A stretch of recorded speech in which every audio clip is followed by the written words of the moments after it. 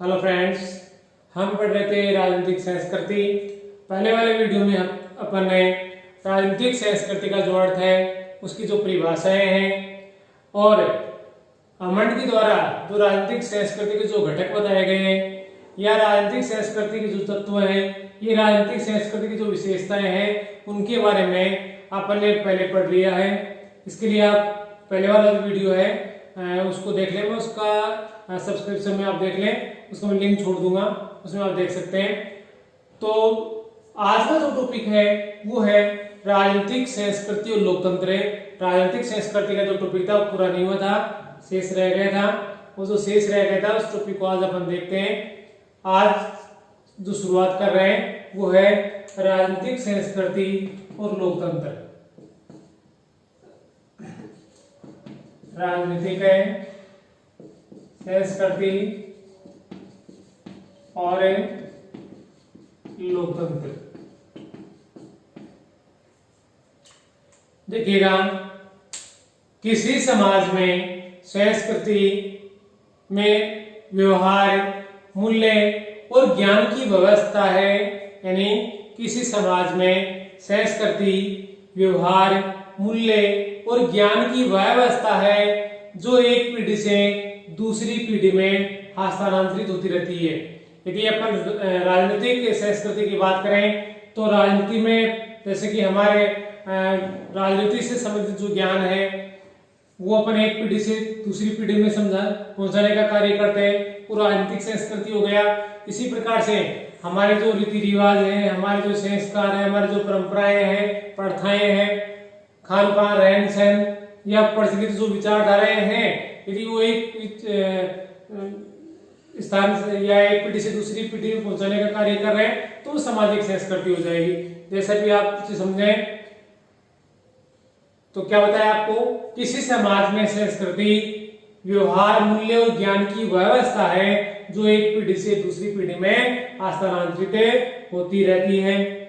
राजनीतिक संस्कृति में हमें 1950 और 1960 के दशक को देखें तो विभिन्न राजनीतिक विचारकों ने अपने देश की राजनीतिक व्यवस्था को आदर्श मानते हुए उसकी स्थायित्व और अस्थायित्व की खोज राजनीतिक संस्कृति उपागम के द्वारा करने प्रारंभ की। जैसे कि अपन नाम लेते हैं आमंड का, आमंड, वर्बा, ये राजनीतिक संस्कृति को एक उपागम मानते हैं। और इन्होंने क्या किया, अपने देश की जो संस्कृति थी या अपने देश की जो व्यवस्था थी उस व्यवस्था का अध्ययन किया। आमंड ने भी किया, वर्बा ने भी किया, अपने देश की राजनीतिक व्यवस्था का अध्ययन किया और उसमें क्या देखा, उसका स्थायित्व और अस्थायित्व का पता चलाया और उनके माध्यम से उन्होंने राजनीतिक संस्कृति को समझने का प्रयास किया। दोबारा देख लीजिएगा कि 1950 के दशक की जब बात करें तो विभिन्न राजनीतिक विचारकों ने अपने देश की राजनीतिक व्यवस्था को आदर्श से अच्छी मानते हुए उसके स्थायित्व और अस्थायित्व की खोज राजनीतिक संस्कृति उपागम के द्वारा करने प्रारंभ की और विशेष रूप से लोकतांत्रिक व्यवस्था को संस्कृति के साथ संबंध समझने की कोशिश की कि लोकतांत्रिक व्यवस्था में जो संस्कृति है और राजनीतिक संस्कृति की व्यवस्था लोकतांत्रिक देशों में किस प्रकार से की जा सकती है या किस प्रकार से होती है उसको समझने का उन्होंने प्रयास किया। जैसे उन्होंने बताया 2 विश्व युद्ध हुए, एक का हुआ 1914 से लेकर 1918 के मध्य हुआ, ये तो पहला हो गया। दूसरा कब हुआ, 1939 से लेकर 1945 के मध्य हुआ। तो ये 2 विश्व युद्ध की बात कर रहे हैं कि जैसे 2 विश्व युद्ध हुए और इनमें ब्रिटेन और अमेरिका की उदार लोकतांत्रिक संस्थाएं सुरक्षित रही। यानी कि विश्व युद्ध जब हुआ पहला और दूसरा तो उस समय विश्व 2 भागों में बट गया था, ध्रुवीय राष्ट्र और मित्र राष्ट्र, जिनमें लगभग अधिकांश राष्ट्र सम्मिलित हुए और वे किसी न किसी रूप में प्रभावित भी हुए। लेकिन अमेरिका और ब्रिटेन क्योंकि उसमें बड़े राष्ट्रों में गिने जाते थे तो उनकी जो शासन व्यवस्था है वो बिल्कुल भी प्रभावित नहीं हुई। क्यों नहीं हुई? क्योंकि वहां पर लोकतांत्रिक संस्थाएं कार्य कर रही थी। उसी प्रकार से 1950-60 के दशक में तीसरी दुनिया कौन सी होगी? देखिए, अगर पहले की बात करें, जब पहला विश्व युद्ध हुआ था उस समय की जब बात करें तो उस समय विश्व में या आप द्वितीय विश्व युद्ध की बात कर लीजिए, जब विश्व में दो महाशक्तियां हुआ करती थी, संयुक्त राज्य अमेरिका और सोवियत संघ। तो गिनती कैसे होती थी? पहले दुनिया में संयुक्त राज्य अमेरिका, दूसरी दुनिया में सोवियत संघ और तीसरी दुनिया में 6 राष्ट्र बच गए। लेकिन 1991 में सोवियत संघ का विघटन हो गया और विश्व केवल एक दूरी विश्व बनने का प्रयास करने लगा है, क्योंकि दूसरी महाशक्ति समाप्त हो गई। अब फिर से दुनिया 3 प्रकार की होगी। अब 3 प्रकार की जो दुनिया हुई उसमें थोड़ा डिफरेंस है। पहली दुनिया में विकसित देश आ गए, दूसरी दुनिया में विकासशील देश आ गए और तीसरी प्रकार की जो दुनिया है उसमें नवोदित देश या अर्धविकसित देश या अविकसित देश, जैसा भी आप कहें, इस प्रकार के देश हैं वो तीसरी दुनिया में आए। जैसे कि भूटान जैसे देश हैं, इसके लिए अपन तीसरी दुनिया के देश का नाम दे सकते हैं। तो 1950-60 के दशक में तीसरी दुनिया के नवोदित देशों के संवैधानिक ढांचे का पतन इस बात का उदाहरण था कि लोकतांत्रिक प्रणाली केवल उचित और अच्छे सामाजिक वातावरण में ही पनप सकती है। यानी कि ये इस दशक में ये समझाने का प्रयास किया गया कि जो नए नए देश है, जैसे कि एशिया के देश हैं, अफ्रीका के देश थे, जो नए नए आजाद हुए थे और इन देशों में एक लोकतांत्रिक व्यवस्था की स्थापना करके एक अच्छे सामाजिक वातावरण की स्थापना की जा सकती थी, एक अच्छी राजनीतिक व्यवस्था उनके देश में स्थापित हो सकती थी। आगे देखें तो राजनीतिक संस्कृति और लोकतंत्र के मध्य संबंधों पर सबसे महत्वपूर्ण अनुभविक अनुसंधान किसने किया था? ग्रेबेल आमंड ने। ग्रेबेल आमंड और सिडनी वर्बा अपन पहले ही बात कर चुके थे। ग्रेबेल आमंड और सिडनी वर्बा की राजनीतिक संस्कृति और लोकतंत्र के मध्य संबंधों पर सबसे अधिक यह सबसे महत्वपूर्ण अनुभविक अनुसंधान ग्रेबेल आमंड और सिडनी वर्बा ने 1963 में एक पुस्तक की रचना की। 1963 में एक पुस्तक की रचना की। पुस्तक थी the civic culture, political attitude and democracy in 5 Nations. यानी कि इसमें एक राजनीतिक एक नागरिक संस्कृति की बात कही गई थी, जिसमें राजनीतिक व्यवहार और लोकतंत्र 5 देशों में जहां पर इनकी स्थापना होती है कल्चर की। और ये उन्होंने बताया कि ये 5 देश कौन से हैं। जैसे कि पुस्तक का नाम दोबारा सुन लें, the civic culture, political attitude and democracy in 5 Nations. यानी कि इसमें राजनीतिक व्यवहार और लोकतंत्र की बात कही गई थी कि इन 5 देशों में इस प्रकार की व्यवस्था थी। और इन 5 देशों की जब बात करें तो ये 5 देश कौन से थे? ये थे ब्रिटेन, जर्मनी, इटली, अमेरिका और Mexico. Britain, Germany, Italy, America, Mexico में लोकतंत्र की स्थिरता या अस्थिरता पर राजनीतिक संस्कृति के प्रभावों का विश्लेषण किया था। किसने? आमंड और वर्मा ने। विशेष रूप से उन्होंने किस पर जोर दिया? ब्रिटेन और अमेरिका की संस्कृति पर जोर दिया। आमंड और वर्मा के अनुसार राजनीतिक संस्कृति क्या है? आमंड और वर्मा बताते हैं कि रियल में राजनीतिक संस्कृति क्या है। तो कहते हैं कि राजनीतिक संस्कृति से तात्पर्य है राजनीतिक दलों, पॉलिटिकल पार्टीज, न्यायालयों, संविधान और राज्य के इतिहास जैसे विषयों के प्रति अभिविन्यासों का प्रतिमान है। अर्थात समाज का कोई भी सदस्य इन संस्थानों के संदर्भ में या अपने राजनीतिक पर्यावरण के संदर्भ में अपने आप को कहां रखता है। ये परिभाषा दी आमंड और वर्मा ने किसकी?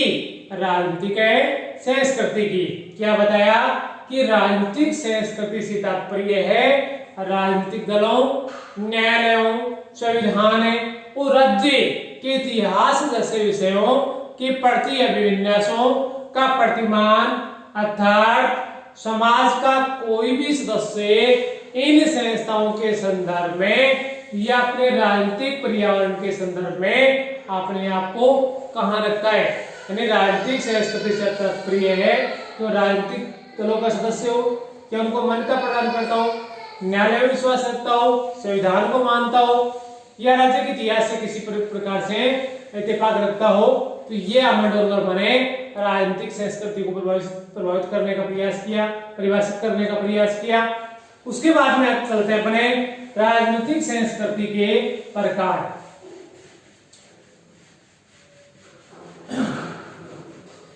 राजनीतिक संस्कृति के प्रकार।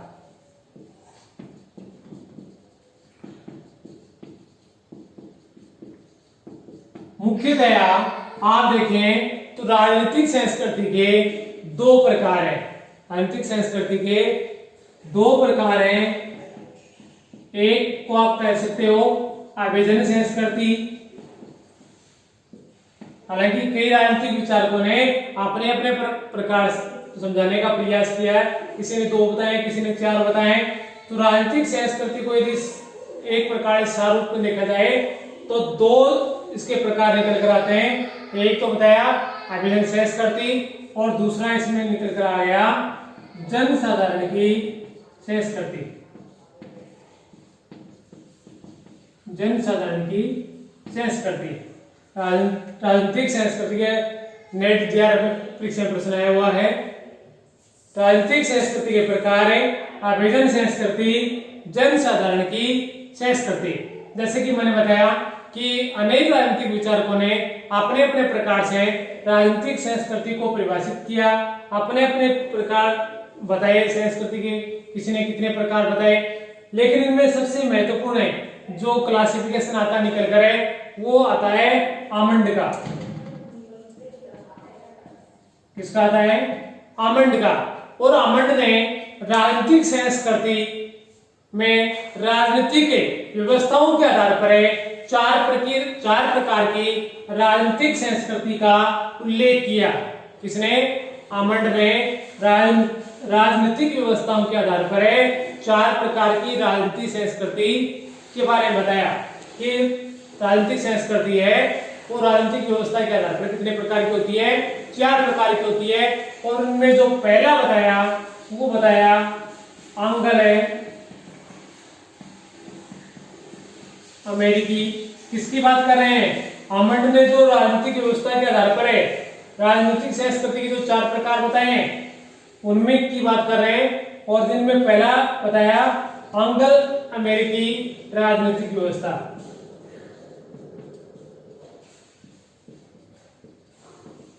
आंग्ल अमेरिकी राजनीतिक व्यवस्था। इसमें देखिए आपको इसमें कई बार परीक्षा में आया हुआ प्रश्न है, आप देखेंगे भी इसको आप याद कैसे करेंगे। आंग्ल अमेरिकी राजनीतिक व्यवस्था आ गया कि ये जो संस्कृति है किस प्रकार के देशों में देखने को मिलती है, किस प्रकार के देशों में पाई जाती है। यहाँ पर आंग्ल है यानी अंग्रेज। अंग्रेज कौन से देश के थे? ब्रिटेन के। ठीक है, आंग्ल अंग्रेजी को बोलते हैं। इनका संबंध किससे है? ब्रिटेन से है। ये ब्रिटेन हो गया, अमेरिका आगे लिखा हुआ ये आंग्ल। तो ये ब्रिटेन और अमेरिका में ये आंग्ल अमेरिकी राजनीतिक व्यवस्था की जो संस्कृति है वो देखने को मिलती है। इसको आप याद रखेंगे, भूलेंगे नहीं, आसान सा भी है। इसमें ऑप्शन में इसका आंसर छुपा हुआ है। इस प्रकार की संस्कृति ब्रिटेन, अमेरिका जैसे देशों में सामंजस्यकारी उदारवादी मूल्यों वाली लोकतांत्रिक संस्कृति इन देशों में पाई जाती है। सबसे अच्छी प्रकार की जो संस्कृति है इन देशों में देखने को मिलती है। या उसके बाद में आगे चलते हैं। पहला कौन सा हो गया? आंग्ल अमेरिकी राजनीतिक व्यवस्था हो गया। दूसरा है इसमें महाद्वीपीय यूरोपियन राजनीतिक संस्कृति या व्यवस्था। महाद्वीपीय यूरोपीय राजनीतिक व्यवस्था, इसमें क्या बताया है कि इसमें आपको कुछ यूरोपीय देशों के नाम बताने हैं, जैसे कि आप बता सकते हो इसमें फ्रांस का नाम ले सकते हो, इसमें आप जर्मनी का नाम ले सकते हो कि हालांकि ये भी उदारवादी व्यवस्था यहाँ पर भी पाई जाती है, तो उदारवादी व्यवस्था इन देशों में पाई जाती है। तो आप बताएंगे कि फ्रांस जर्मनी जैसे देशों में उदारवादी लोकतांत्रिक व्यवस्था होने के बावजूद भी यहाँ एक राजनीतिक संस्कृति होने की बजाय कई उप संस्कृतियां और इन संस्कृतियों के परिणाम स्वरूप हिंसात्मक संघर्ष से उत्पन्न राजनीतिक संस्कृतियां भी देखने को मिलती हैं। यानी कम समझ में आया? क्या समझ नहीं आया?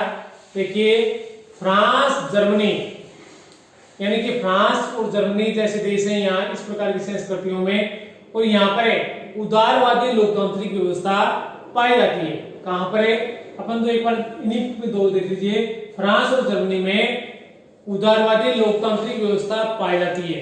ये कह रहा है कि यहाँ पर उदारवादी लोकतांत्रिक व्यवस्था होने के बावजूद भी यहाँ कई प्रकार की संस्कृतियां और पाई जाती हैं। यानी कि फ्रांस जर्मनी में लोकतांत्रिक उदारवादी व्यवस्था पाई जाती है, लेकिन इसके बावजूद भी यहाँ अन्य कई प्रकार की उप संस्कृतियां भी पाई जाती हैं, और कई प्रकार की संस्कृतियों होने के कारण यहाँ पर क्या होता है? हिंसात्मक संघर्ष होता है। तो ये जो हिंसात्मक संघर्ष है वो किस प्रकार की राजनीतिक व्यवस्था में पाई जाती है? महाद्वीपीय यूरोपीय राजनीतिक व्यवस्था में। ठीक है। तीसरा आता है इसमें गैर पश्चिमी अथवा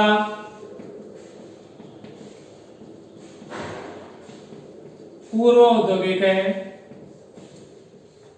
राजनीतिक व्यवस्था। गैर पश्चिमी अथवा पूर्व औद्योगिक राजनीतिक व्यवस्था, इसमें जब कुछ नहीं करना है, यहाँ पर आपको दो महाद्वीपों के नाम याद रखने हैं। कौन सा? एक तो एशिया का और दूसरा अफ्रीका का। एशिया और अफ्रीका महाद्वीप।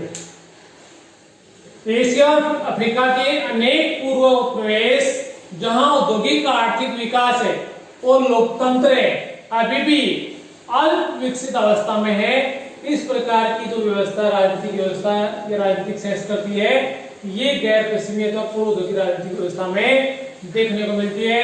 और एक चौथा आता है सर्वाधिकारवादी राजनीतिक व्यवस्था। सर्वाधिकारवादी राजनीतिक व्यवस्था ये तानाशाही वाली व्यवस्था है, या इसको आप कह सकते हो अधिनायकवादी। अधिनायकवादी, सर्वाधिकारवादी, लोकतांत्रिक। इसमें लोकतंत्र नहीं होता है, तानाशाह है। यहाँ पर जैसे हिटलर, मुसोलिनी, माओ से तुंग, लेनिन, स्टालिन जैसे जो हैं वो अधिनायकवादी हैं। तो अधिनायकवादी, सर्वाधिकारवादी, लोकतांत्रिक व्यवस्थाएं जहां विपक्ष और विरोध की संभावनाएं नहीं होती हैं, क्योंकि वहां पर एक तानाशाह शासन करता है। एशिया अफ्रीका की अनेक सैन्य तानाशाही, जैसे कि चीन, उत्तरी कोरिया में क्या है, साम्यवादी देश है ये, और यहाँ पर ये वाली व्यवस्था पाई जाती है। आप भी जानते होंगे, आज भी चीन में केवल एक राजनीतिक पार्टी है और वही पार्टी का व्यक्ति है वो राष्ट्र के प्रधानमंत्री बनता है वहां पर चीन में। तो अपन ने अमर ने जो राजनीतिक संस्कृति, राजनीतिक व्यवस्था के आधार पर बताई है उनके बारे में देखा, जिनमें पहला आया एंग्लो अमेरिकी राजनीतिक व्यवस्था। एंग्लो अमेरिकी राजनीतिक व्यवस्था का संबंध किसके साथ में है?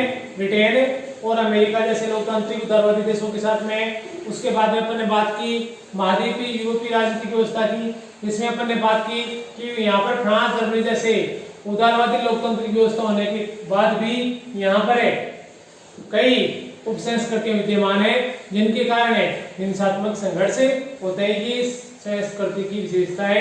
उसके बाद में अपन ने पढ़ा गैर पश्चिमी अथवा पूर्व औद्योगिक राजनीतिक व्यवस्था। ये व्यवस्था पाई जाती है कहाँ पर है? एशिया और अफ्रीका के देशों में, जहां पर लोकतंत्र अभी भी पूर्ण रूप से विकसित नहीं हो पाया है। और चौथा बताया सर्वाधिकारवादी राजनीतिक व्यवस्था। इसमें चीन, उत्तरी कोरिया जैसे देशों में, जहां पर साम्यवादी देश हैं, इस प्रकार की व्यवस्था यहाँ पर पाई जाती है। ठीक है, ये हो गया आमंड के अनुसार। उसके बाद में एक राजनीतिक विचारक वो आते हैं फाइनर। ये फाइनर क्या बोलते हैं कि सत्ता में सैन्य भूमिका के आधार पर है। ये मैं स्कूल लेक्चरर में भी परीक्षा में आया हुआ है और नेट जेआर की परीक्षा में 3 बार आया हुआ है प्रश्न है कि फाइनर ने सत्ता में सैन्य भूमिका के आधार पर परिपक्व, विकसित, निम्न और न्यून स्तरीय राजनीतिक संस्कृति में विभाजन किया है। अब आप कहोगे इसमें प्रश्न कैसे बना? इसमें प्रश्न यह बन गया कि फाइनर के अनुसार जो परिपक्व है उसमें सैन्य सत्ता की भूमिका किस प्रकार की होगी। मैंने क्या बताया? फाइनर ने सत्ता में सैन्य भूमिका के आधार पर परिपक्व, विकसित, निम्न और न्यून स्तरीय राजनीतिक संस्कृति में विभाजित किया है। अब ये कह रहा है कि यदि कोई राजनीतिक व्यवस्था परिपक्व अवस्था में, तो वहां पर सेना की सत्ता कम होगी या अधिक होगी, किस प्रकार की होगी? तो प्रश्न का आंसर क्या था? इसमें सैन्य सत्ता की भूमिका कम होगी। यदि राजनीतिक व्यवस्था परिपक्व अवस्था में है तो वहां की सैन्य सत्ता की भूमिका कम होगी। और मान लीजिए सत्ता में सैन्य भूमिका की अवस्था वो है, वो न्यून स्तरीय, या कहें कि सबसे अधिक सैन्य सत्ता, सबसे अधिक सैन्य सत्ता कहीं पर है जहां पर सेना अधिक से अधिक शासन कर रही है, तो वहां पर किस प्रकार की संस्कृति देखने को मिलेगी? वहां पर मिलेगी न्यून स्तरीय राजनीतिक संस्कृति। यानी कहने का मतलब ये है कि मान लीजिए कि जहां पर जो देश परिपक्व है, विकसित देश है, या कहेंगे विकसित से भी आगे हैं, तो वहां की व्यवस्था किस प्रकार की होगी? वहां पर सेना की भूमिका है वो क्या होगी? सबसे कम होगी। परिपक्व में तो, विकसित में उससे थोड़ी अधिक होगी, न्यून में उससे थोड़ी अधिक होगी, और न्यून स्तरीय जो राजनीतिक संस्कृति है उसमें सेना की भूमिका सबसे अधिक होगी, है ना? इस प्रकार से इसको देखना। एक और आते हैं आपके वाइसमैन, और ये वाइसमैन क्या कहते हैं? ये राजनीतिक जो संस्कृति है, ये राजनीतिक व्यवस्था को 2 भागों में बांटते हैं। कैसे? एक तो विशुद्ध राजनीतिक संस्कृति और एक मिश्रित राजनीतिक संस्कृति। और ये विशुद्ध राजनीतिक संस्कृति है, इसको भी ये 3 भागों में बांटते हैं, और मिश्रित राजनीतिक व्यवस्था है, इसको भी वाइसमैन है, ये 3 भागों में बांटते हैं। वाइसमैन है, ये विशुद्ध राजनीतिक व्यवस्था है, इसके 3 भाग कौन सी बताए हैं? एक तो बताया उन्होंने संकुचित, एक बताया पराधीन, और एक बताया सहभागी। किसके बारे में बताया? वाइसमैन ने राजनीतिक व्यवस्था को 2 भागों में बांटते हैं, विशुद्ध राजनीतिक संस्कृति, और एक और बांटते हैं मिश्रित राजनीतिक संस्कृति। विशुद्ध राजनीतिक संस्कृति को भी 3 भागों में बांटते हैं, और मिश्रित राजनीतिक संस्कृति को भी 3 भागों में बांटते हैं। ये जो 3 विशुद्ध राजनीतिक संस्कृति है, इसके 3 भाग कौन से हैं? एक तो इसका हो गया संकुचित, एक हो गया पराधीन, और एक हो गया सहभागी। उसी प्रकार से जो 3 मिश्रित राजनीतिक संस्कृति है, उसमें कौन सा बताया? एक संकुचित पराधीन हो गया, एक सहभागी हो गया, और एक संकुचित सहभागी हो गया। इस प्रकार से उन्होंने अपना राजनीतिक व्यवस्था का वर्गीकरण या क्लासिफिकेशन किया है। आगे देखें तो राजनीतिक संस्कृति का निर्माण और विकास एक सतत चलने वाली प्रक्रिया है। इसके बारे में आपको पता है कि राजनीतिक संस्कृति में नए नए परिवर्तन आते रहते हैं। जो नए पुराने विचार हैं वो समाप्त हो जाते हैं और उनके स्थान पर नए जो विचार हैं वो ग्रहण कर लेते हैं, चाहे वो रीति रिवाज हो, चाहे संस्कार हो, चाहे प्रथाएं हो, चाहे रूढ़ियां कैसी व्यवस्था हो, पुराने के स्थान पर नए स्थान ले लेते हैं। तो क्या बताया इसमें, राजनीतिक संस्कृति का निर्माण और विकास है एक सतत चलने वाली प्रक्रिया है। राजनीतिक संस्कृति स्थिर नहीं होती। भारत में भी 1990 के पहले और उसके बाद की राजनीतिक संस्कृति भी में काफी अंतर दिखाई देखने को मिलता है। यानी कि इसमें कह रहा है कि राजनीतिक संस्कृति में नवीन परिवर्तन आते रहते हैं, लगातार आगे बढ़ने वाली प्रक्रिया है। इसमें ये जो राजनीतिक संस्कृति है ये कभी भी स्थिर नहीं होती है, उसमें कोई ना कोई नया परिवर्तन आ जाता है। यदि अपने 1990 के पहले की भारत की संस्कृति देखें और आज की संस्कृति देखें तो दोनों में काफी अंतर देखने को मिलता है। उसके बाद में आता है आपका राजनीतिक संस्कृति और राजनीतिक समाजीकरण। राजनीतिक संस्कृति और राजनीतिक समाजीकरण यानी कि राजनीतिक संस्कृति और राजनीतिक समाजीकरण का सामंजस्य या संबंध किस प्रकार का है, किस प्रकार से आपस में मिली हुई है। तो बिल्कुल आमंड और वर्बा का आप नाम याद रखिएगा। जहां पर राजनीतिक संस्कृति शुरुआत होती है वहां पर आमंड और वर्बा की जो महत्ता है वो काफी बहुत अधिक है। और राजनीतिक संस्कृति और राजनीतिक समाजीकरण के लिए आमंड और वर्बा क्या बोलते हैं कि राजनीतिक समाजीकरण वह प्रक्रिया है जिसके द्वारा राजनीतिक संस्कृति को स्थापित किया जाता है और उसमें आवश्यकता के अनुसार परिवर्तन लाया जाता है। क्या बताया आमंड और वर्बा ने कि राजनीतिक समाजीकरण वह प्रक्रिया है जिसके द्वारा राजनीतिक संस्कृति को स्थापित किया जाता है और उसमें आवश्यकता के अनुसार परिवर्तन लाया जाता है।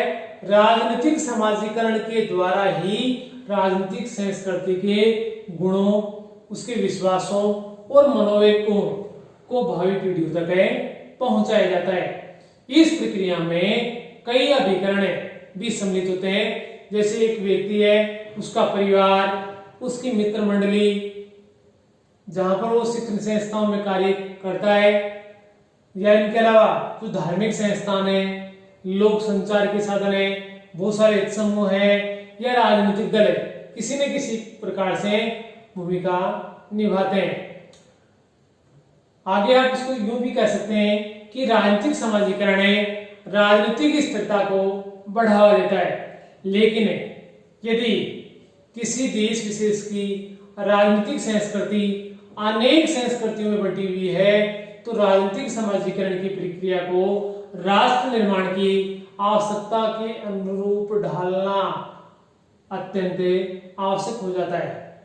और इसमें छोटा सा अपन इतना सारा कुछ देख लिया, आखिर इस राजनीतिक संस्कृति का महत्व क्या है, what is importance of political culture.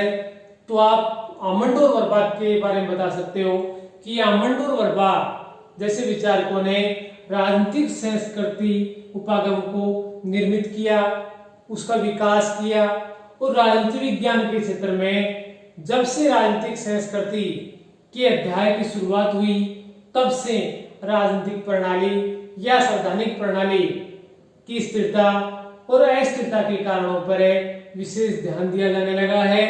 वर्तमान समय में भी इसके महत्व को अनदेखा नहीं किया जा रहा है। इनके अलावा राजनीतिक संस्कृति तुलनात्मक राजनीतिक संस्थाओं के लिए अत्यंत महत्वपूर्ण विचारधारा है। ये जो वीडियो में आज अपन ने पढ़ा देखा, आप कम से कम मैं गारंटी के साथ कह सकता हूं कि इस वीडियो से आपको एक या दो प्रश्न हैं जो राजनीति विज्ञान के, जैसे नेट का हो, चाहे जेआरएफ का हो, चाहे स्कूल लेक्चर या कॉलेज लेक्चर हो, इसमें आपको एक या दो क्वेश्चन है, आपको 101% आपको इसमें मिल जाएंगे। तो आप इसको देखें और बार बार देखें, आपकी सारी समस्याओं का निदान इसमें हो जाएगा। धन्यवाद।